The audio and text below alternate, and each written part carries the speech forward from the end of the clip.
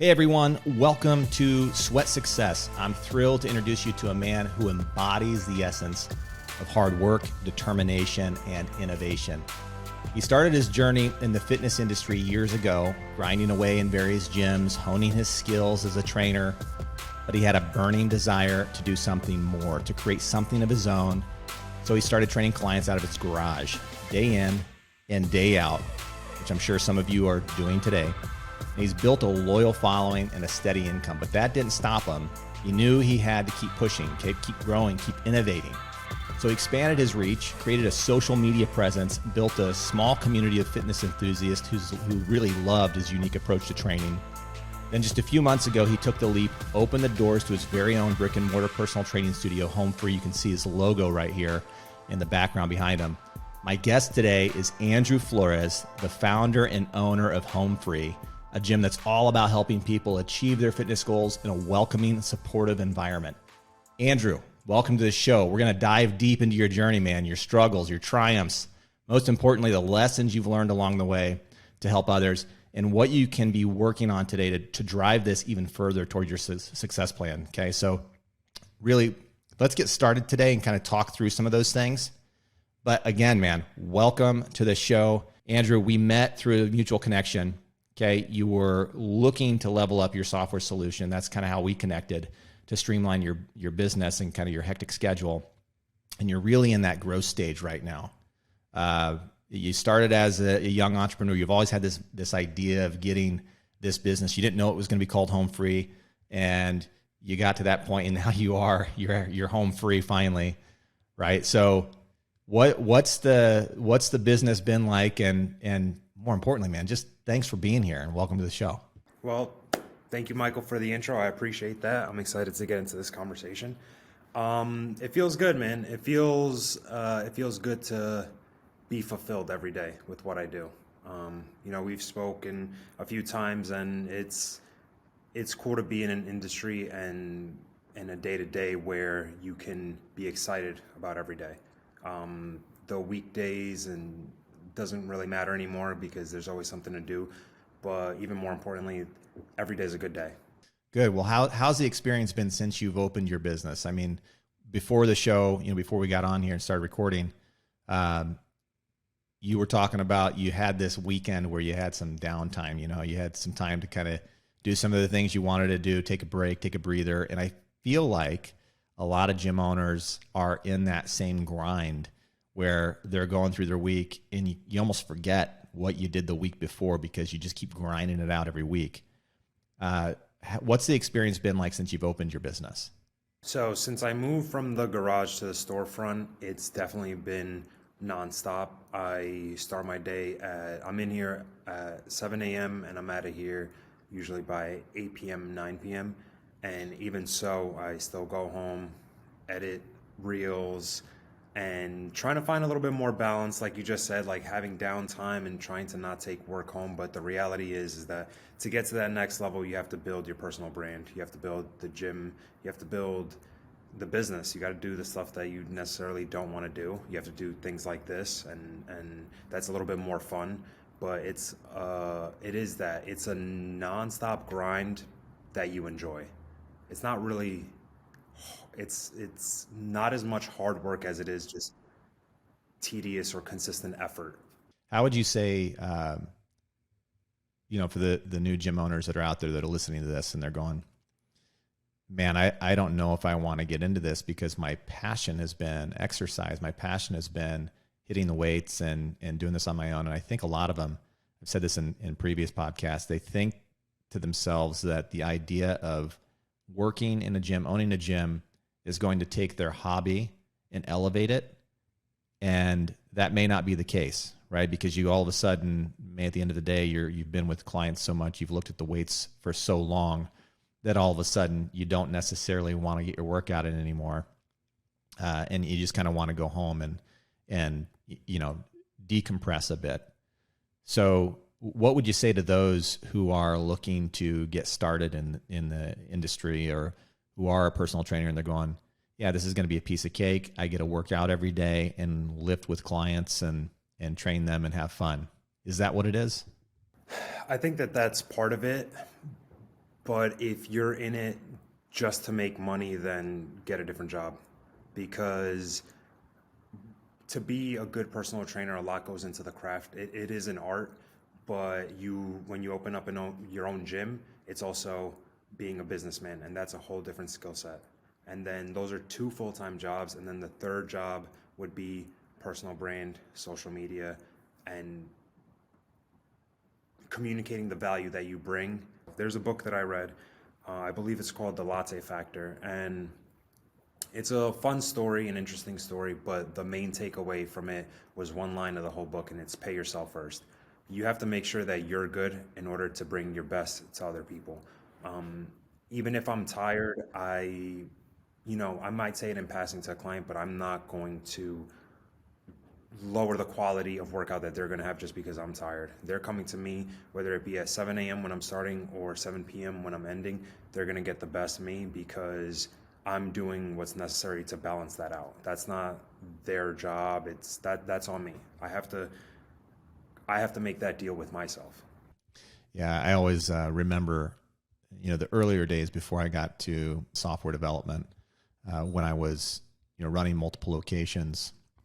Started very similar to you, however, I didn't start out of a garage. I remember being the energy source. I remember thinking to myself, like, I am the generator.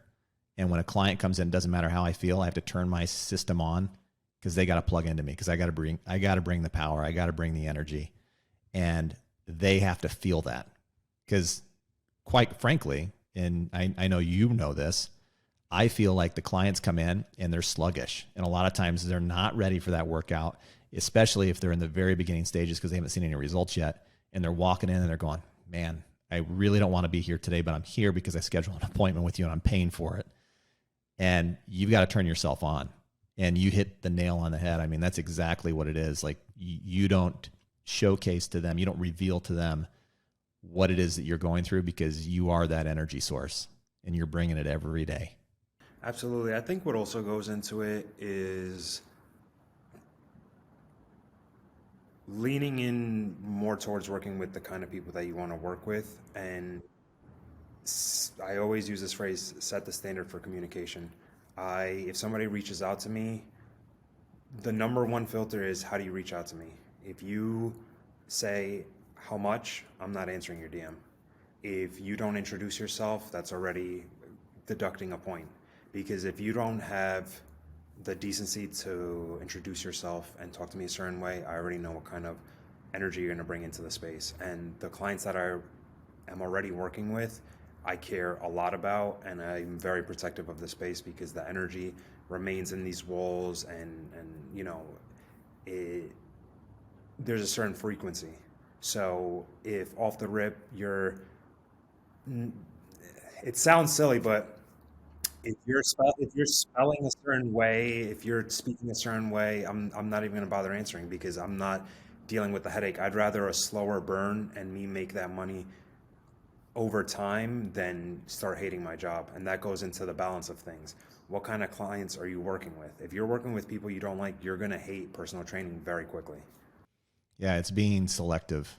I mean, that's the takeaway here, is that you're choosing. And if the listeners that you didn't get this, I think you're talking about your social presence, right? Being on TikTok or being on Instagram or being on Facebook, people messaging you directly. And if they say, hey, Andrew, what's your price? What's your rate? What do you charge? And they hit you with that instead of, hey, Andrew, I saw your profile, really like what you're doing. I think I need some help and I'm looking for a coach. And that's the dialogue. You can discern which person is the right person for you just based on the initial approach that those clients are taking. So that brings me to this. So I was going to ask you this. I mean, you're attracting clients through being visible on social, right? If I go online and I look up Andrew Flores, where I'm based out of, you don't come up. Maybe you come up in your local market, but there's no website. And I'm making this presence because I think it needs to be known. I think a lot of people go through this path of I'm starting a business. I have to have all of these things done first, right? And I don't think that's the case. So I live in Florida. You're up in New Jersey, New York, sorry. And yeah, you gotta make sure there's a difference. It's two totally different groups, right? The New Yorkers and the people from Jersey. So you're in a completely different area than I am. If I go online, I search your name, I'm not going to find you down here. I might find you in your locale up there if I'm close to you. I don't know, because I'd have to actually physically be there in order to search it. And that's, the local SEO stuff. How are people finding you online? How are people coming to you? I mean, because you started from your garage. What's your marketing strategy, or is there not a strategy? It's just provide good service. So what's the plan? Because I think people who are starting need to understand it's not necessarily doing step A, B, C, D, all that stuff. It's kind of like just go, right? Just go. I mean, so right now that's something that I am spending this year really focusing on, is the marketing and expanding. Right now, for the last 3 years, it's coming up on 3 years, it has been exclusively Instagram, and specifically Instagram stories, mixed with word of mouth. I can pinpoint where everybody came from because it has all been referrals. I've had maybe a handful of clients that have come across me on Instagram, and more so now that I'm being more consistent with reels and being more consistent with the quality of content that I'm putting out. I'm getting people saying, hey, your stuff is coming up on my explore page. Mind you, this is my gym profile has 450 followers. I only have 1,200 on my personal, and people think that you need a large following, but I have a full-time and you haven't paid for any of those followers either. By the way, anybody listening to this is not paid followers. That really ruins your reputation. No, I know people that have, a 9 to 5 and have more followers than me, and, but that goes to show that you don't need this giant social media presence to crush it. I mean, I would say that I'm doing well. Obviously, there's a lot of room for growth, and I'm not where I particularly want to be, but you don't need that much. You just need to start. When I was starting, looking back now, I'm like, wow, I had the audacity. I started recording in my garage where there was just all types of stuff everywhere. I mean, I'm talking about like maybe a 10 by 10 space. And even with the stuff in the background, I was like, listen, let's just move this stuff to the other side. We'll start like that. I got a Rogue rack and a couple dumbbells and just started. And that comes from digesting content like Gary Vee, who I'm always going to reference. And people probably get sick of me referencing it. Tell people the story, be transparent. So I was like, hey, this is what I'm starting. I started recording people at the park, then a messy ass garage. Then I was like, hey, this is what I'm doing with the garage. This is how I'm making it nicer. Hey, I just painted this weekend, and just kept building that up. And, even people that don't work with me will have DM'd me 2 years into it and been like, yo, good job. And I'm like, holy shit, I didn't even know you were keeping up with me. So the main thing is just start recording. Don't be embarrassed. Everybody start somewhere. But back to the original question was, that's my goal for this year, is to expand onto TikTok. I just saw Facebook has 1.5 minute reels earlier today, and that these are the things that I'm thinking about, where it's just like, how do I get someone like you to see my work in New York, even if you don't sign up right away, but you become aware of me. And that's the main goal for this year, is awareness of my brand, because I know that the work I'm doing in here is very valuable, even if you aren't working directly with me. I love that. So do you feel like having a website could help you reach more customers? To be honest with you, at this point, no. So what's your onboarding process look like, or have you created one where, backtracking a bit, you've got somebody who's found you on TikTok or IG, and they start communicating with you? What's that onboarding process look like? And let's just assume that this person, they approached you the right way, right? They introduced themselves. So this is something that I definitely want to improve and sharpen up, but keep what I'm doing now, just more so add onto it. The first thing is I ask if they're active. I want to know what they do, who they are, how do they currently feel physically and mentally. That's the number one question that I always ask because I need to know where you're at and need to know after that if we're a good fit. Just on the way that you're communicating, I'll know that. So it's kind of just like an assessment, I say, through conversation. And part of me is conflicted because it's like, I like that because we're going to be with each other a lot. So why not already jump into that organic conversation and see how open you are? Because the more open you are, the easier it is for me to get you to your goals. The more specific you are, and the more transparent you are with where you're at, where you want to be. But I think that I can also, once I get that client through the door, I always tell people, I'm on your team now. But what I need to work on is okay, here's a list of foods that you should be eating, what you shouldn't be eating, what you should stay away from, the requirements of things that you should be doing on the daily. I mean, I check in with my clients a lot. I'm always randomly texting them, have you eaten today? Have you drank water? What are you doing? Get sleep tonight. Good luck on this. Like I'm very much invested into my clients because I want to see them win. Once they're in the door, I genuinely care about them a lot, and that's a big tip to trainers. If you have to overcare, you have to own that position that you're in, that you're gonna overcare. If not, then why are they going to you? They can go get a workout anywhere else. So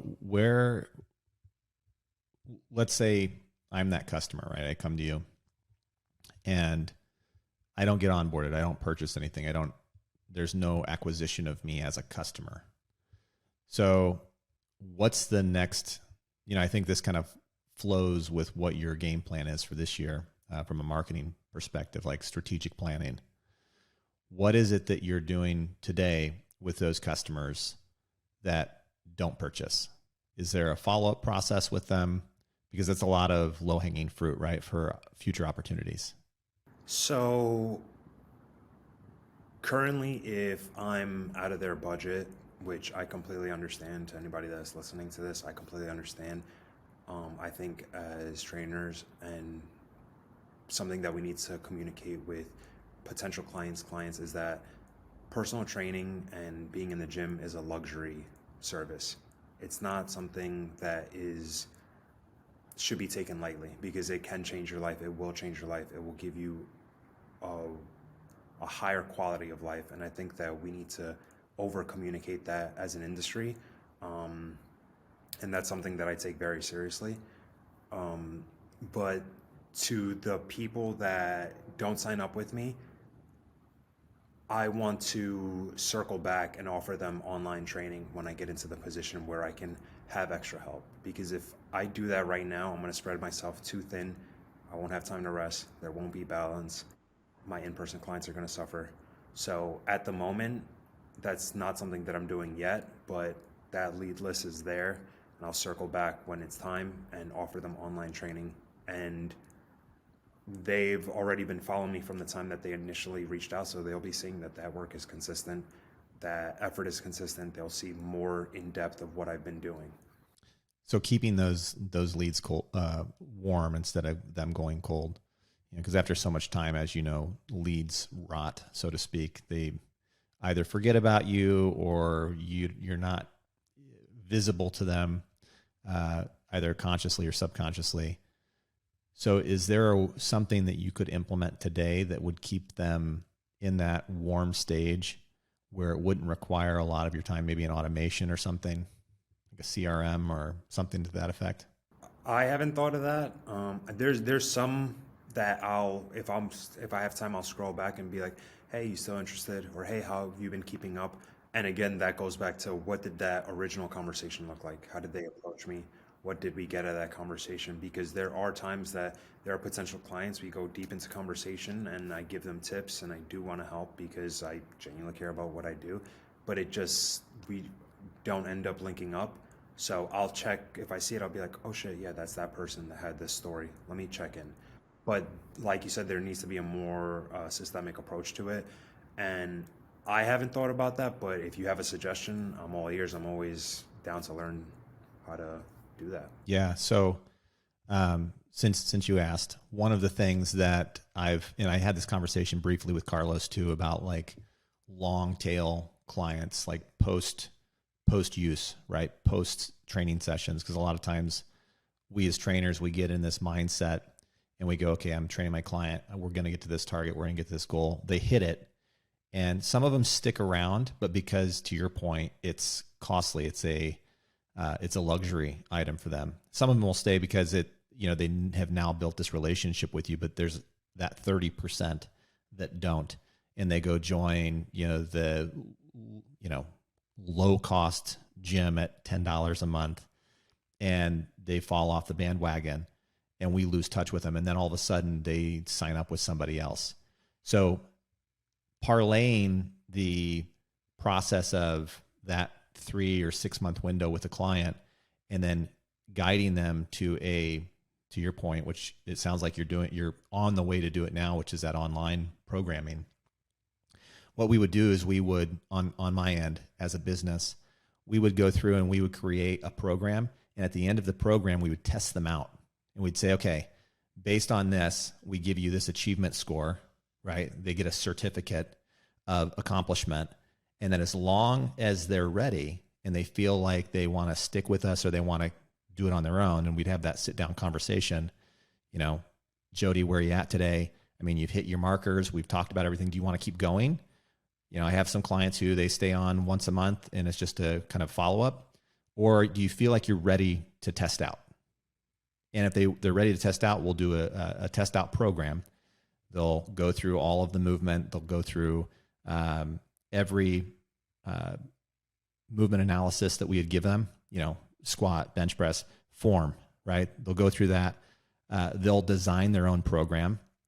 And then if they've done everything, they don't necessarily have to be a trainer, but if they've done everything in a way where we feel as a coach, they can move on to the next phase, we would give them a program every week and we'd bill them for it.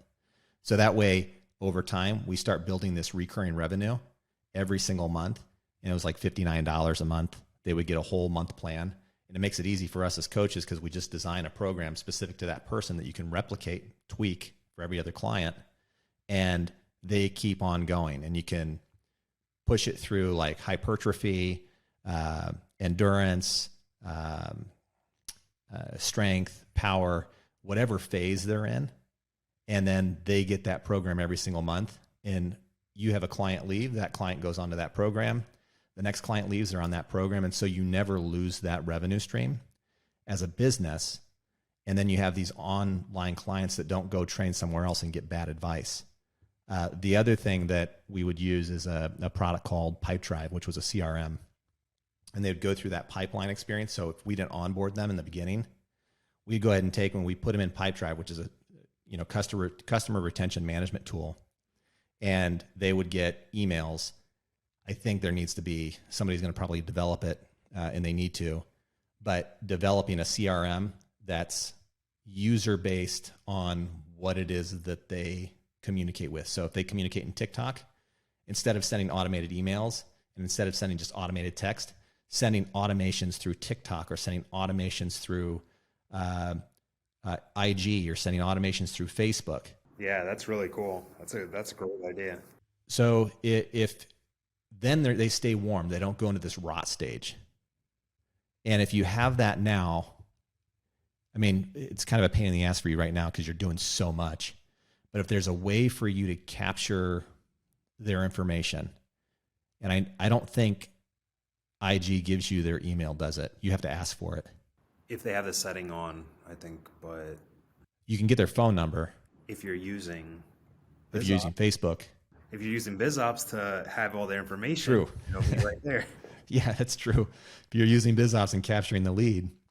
But I think right now for you, like as we're just kind of like spitballing and going back and forth on this, I think if you were to capture because you're so fresh right now in your space, right? Those leads they're not cold, they're not rotting, but you do have people that have taken interest in you and they're going, damn, you're freaking awesome. Like you really can change people's worlds. Now you've got this one client that you've decided you want to go ahead and take this person, and this person, either they're not ready for you or you're not ready for them yet. and you could put them into a nurture sequence.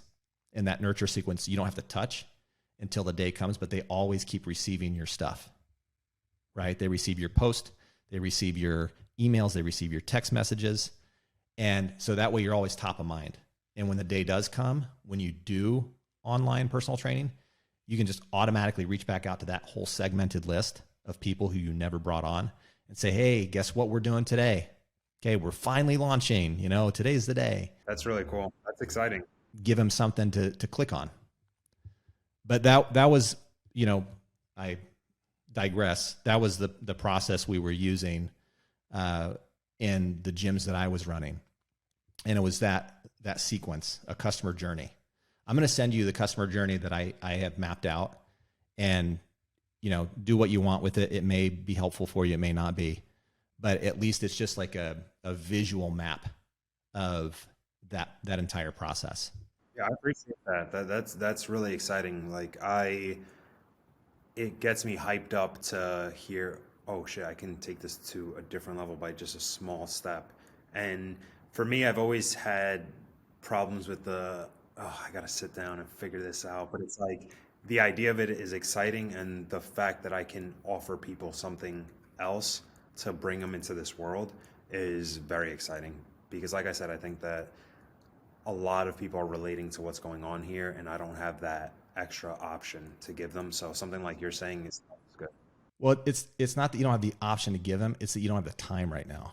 Because you're at this new phase where you've gone from garage to gym studio, and you've got so much going on, man, that you barely have a chance to breathe if you get a chance to work out or grab your meal.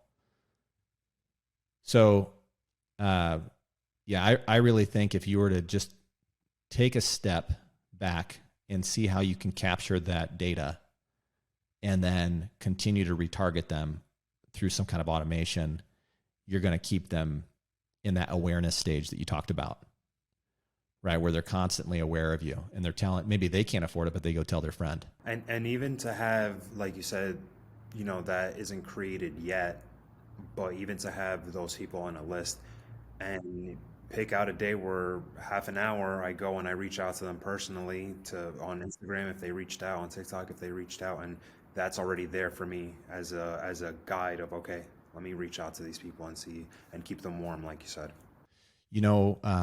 Since we're talking and since you're using BizOps, if you're going to take that time, if you're going to take those 30 minutes or 45 minutes, I would go through that list and then just pop them in as a prospect into BizOps. Since you don't have a call to action on like an Instagram page yet, you don't have a call to action on Facebook, I would just pop them in as a prospect on BizOps. That way you do have that list that's starting to generate. And then when you want to send them auto blast on a text or an auto blast on an email, we'll figure out the way to do an auto blast on Instagram. Then you have it. It's ready. Then you're just pressing like one button. Right now it's taking you 5 seconds instead of 30 minutes every other day. So what other marketing strategies are you working on right now to attract new customers? I mean, outside of referrals, because it sounds like referrals are your primary. People know that you get them results. They see it's social proof. They see it on Instagram. What is it that you're hitting today? What are you building towards? So currently, right now, I'm only on Instagram, and I know that I'm not putting out as much content to drive that awareness as I should be. But I would say that the next step is building towards consistently putting the same amount that I do into Instagram, into Facebook, the same amount into TikTok, and spreading that and just building that brand awareness. And later on this year, or in a few months, again, depending on the balance of the schedule, is to put together a podcast highlighting a lot of the clients and their journeys, because the stories I hear on a regular basis are insane. And I think that too many people feel like they're alone in their journey, and little do they know there's 5 other people that are walking into the same space that have the same exact journey, feeling the same things, feeling that like they're alone in that. And if they just hear a clip of somebody saying something that they're going through, it might get them through that day, through that week, through that situation.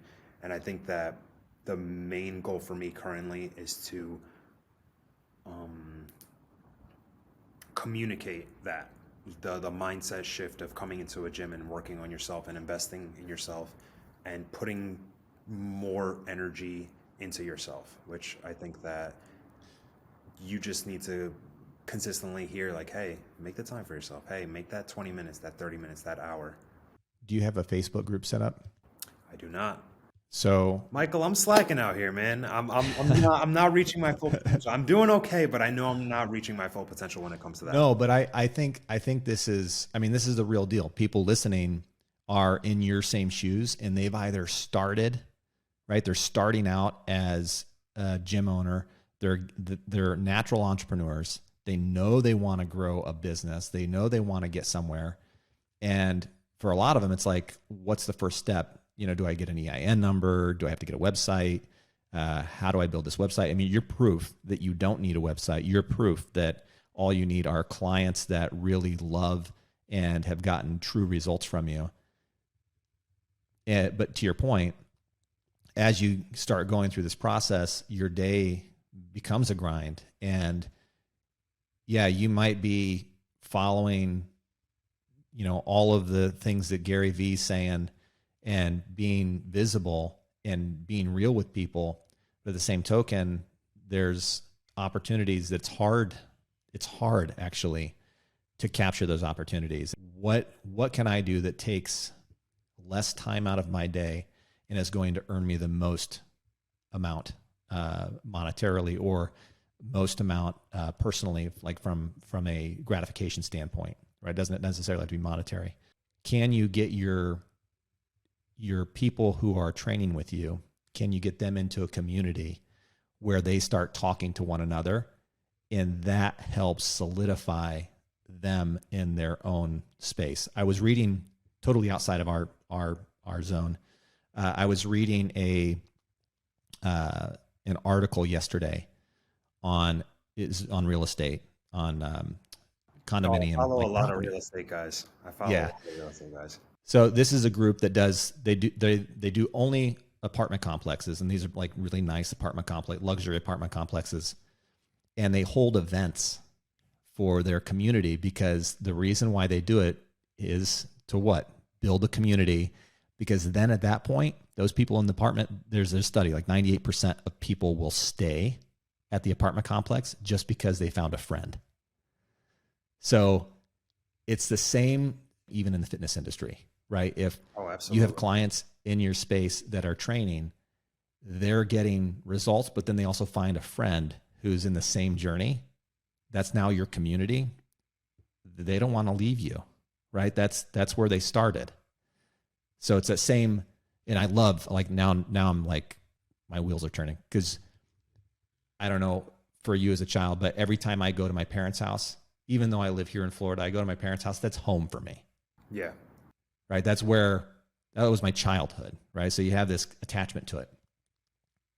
You have home free, right? You're there. I mean, that's the name of your brand. So Yeah, people, that's what we do here is yeah, build that community. That has been the goal since before the garage. Before I decided, okay, what are my goals with the gym? What do I want out of it?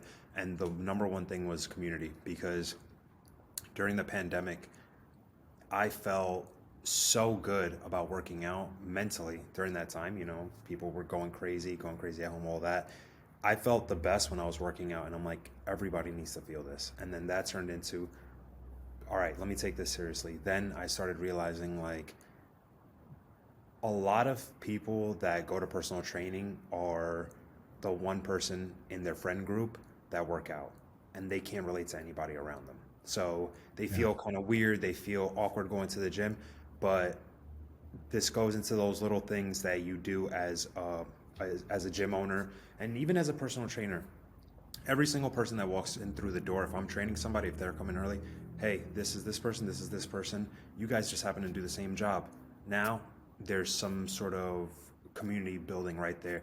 When I do classes, when sometimes I'll even be like, you need to work out with this person, and I'll put them in a group session. Yeah. And over time, it's been building to a point where my clients take a lot of pride of coming here, and that makes me want to go harder. That makes me want to bring more value.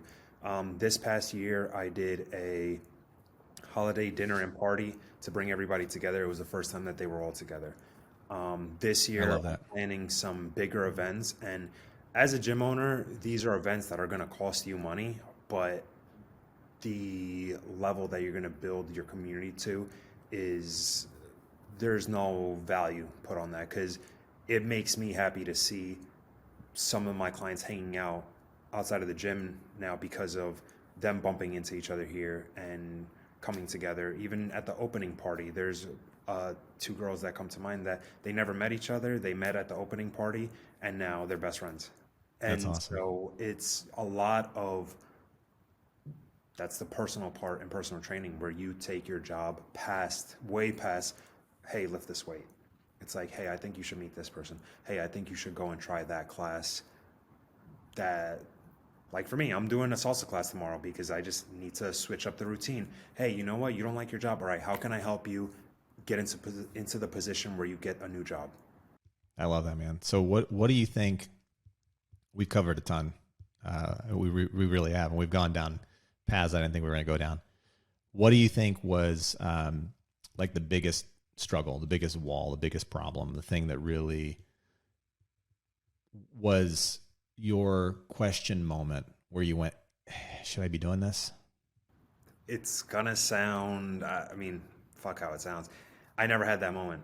I knew from the first session that I ever trained, it was at LA Fitness. It was a half an hour session. After that session, I ran into the basketball court. I took a basketball and launched that shit, and I just started jumping around, just kicking it, throwing it against the wall because I was so excited. I'm like, this is what I'm supposed to be doing. And there was another moment in those like 3 or 4 months that I was working there where I was looking around, and the way it works at that gym is that the sales guys bring you leads. Hey, you're going to sign up with this trainer. Cool. And I was looking around. I'm like, man, this is 2019. So fitness is really ramping up at this point. You're starting to see high school kids coming into the gym there was like 100 high school kids there. And I'm like, we should do a class that the athletes want to get better in and kind of highlight that and kind of lean into that. And the manager at the time was like, you're crazy, man. You always have ideas. Just go sit and waste time like until your next client. And I was like, I'm working for myself. And then from that moment, it's been just, okay, this is supposed to happen. This is supposed to be. When I was in the garage, I visualized this space because I knew that it's the natural next step. There hasn't been a doubt of this working out. I had someone who was just like, are you scared of it working out? And I'm like, no, it's going to work out. It has to work out because I care enough that whatever challenge comes to me, I'm going to overcome it because of how much I love this. So that's my story, and that's why I tell people, like, if you're in it for the money, don't do it, because you're not going to be built for it, and you're going to have me as a competitor and this is in the business space. You're going to have me as a competitor that I'm going to outwork you because I care about it so much. As a personal trainer, I'm here to help out in any way that I can, another fellow personal trainer. As a businessman, you're in the way. I love it, man. I love it. That is powerful. That's strong. And I was about ready to ask you, what going back? Let's just assume, okay, you're still training. Are you earning more or less as a business owner? Because a lot of business owners, they get into this game and they run a business, but they're earning less, and it's less rewarding monetarily to be running a business. I'm earning 10x from what I was working at a corporate gym. Okay. Precision. But I'm going to say this because everybody needs to hear this. That 10x comes because of what you love. And I've heard this from my father since I was little. Do what you love, the money will come. And I think that's so true. It is so clear to me that you're doing what you love because there's not a stop point for you. There's no wall. There's no gap. You've had clarity on what you needed to do from day one when you figured out this is what you enjoyed, and you found your purpose, right? Yeah, and I think also you're not, and this is for personal trainers, for business owners, you're not going to always know what you need to do next. You just have to be willing to figure it out. Google it. Google everything, YouTube everything. The answers are out there. And be willing to just ask everybody questions. Ask when I had to go to the town to fill some papers out, I was like, I literally don't know what this means. Help me. And the guy helped me out. I always tell people, this is one of my phrases that I use in every aspect of life, is don't be afraid to ask. Or don't be scared to ask. Because the worst you're going to get is a no and you're still in the same position. But if you get an answer, now you're in a way better position. You know more. You have some sort of direction to where you're going to go.